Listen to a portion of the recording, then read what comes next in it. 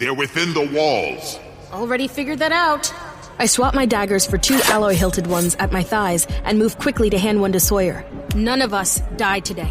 He nods, taking the blade by the hilt. Mirren, protect Sawyer. Kat, help whoever you can. Let's go. Guess I'll just stay here. We take off sprinting between the rows of infirmary beds. We're the first to make it to the doors, where Winifred holds the wailing infantry cadet by his upper arms. Violet, don't go out there! Lock the doors! We run through the hallway. Like that's going to stop them. We enter the tunnel, and then all 3 of us skid to a halt at the sight before us.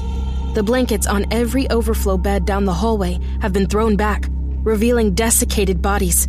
My stomach plummets. How did this happen so fast? Oh, shit.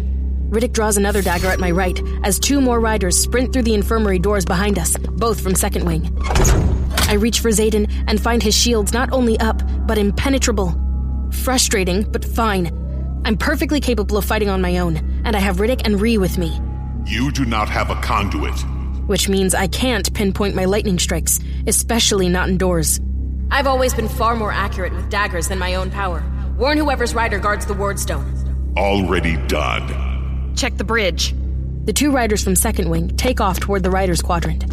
Bring their bodies outside once you're done killing them, so we can roast them for fun. Not right now! I calm my breath and concentrate. Eyes open. Rhiannon pulls an alloy-hilted dagger and moves to my left. Let's go. Then we move as one, quiet and quick as we make our way down the hall. I keep my eyes forward as Ree and Riddick check left and right respectively, and their silence tells me all I need to know. There are no survivors.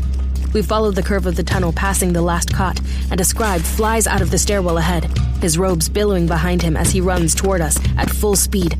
I flip the dagger in my hand and pinch it by the tip, my heart starting to beat double time. Which way did they go? The scribe's hood falls back, revealing red-rimmed eyes with spider-webbed veins at his temples. Nope, definitely not a cadet. He reaches beneath his robes, but I've already flicked my wrist by the time he grabs the pommel of a sword.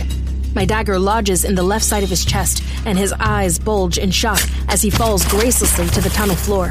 His body shrivels in the span of a heartbeat. Damn, sometimes I forget how good you are at that. Ree scans our surroundings as we move forward. How did you know? Riddick quickly kicks the husk of a body over and retrieves my blade. A scribe would have run toward the archives. I take the blade back and wrap my hand around the hilt. Thanks. The alloy's hum of power is a little dimmer, but still there. Hopefully capable of another killing blow. How many of them had Imogen and I seen on our walk to the infirmary without even realizing? That's how they fed without notice. They're dressed as scribes. 2 figures in cream robes approach from the opposite side of the tunnel, mage light shining on their first-year rank, and I prepare to throw again. Drop the hoods! They both startle, and the cadet on the right lowers her hood quickly, but there's a slight tremble in her counterpart's hand as she complies, her wide blue eyes locked on the body at my feet. Is that? Her friend wraps an arm around her swaying frame. Yes. I lower my blade, noting that neither of them carry red in their eyes or at their temples. Get back to the archives and warn the others. Up or down?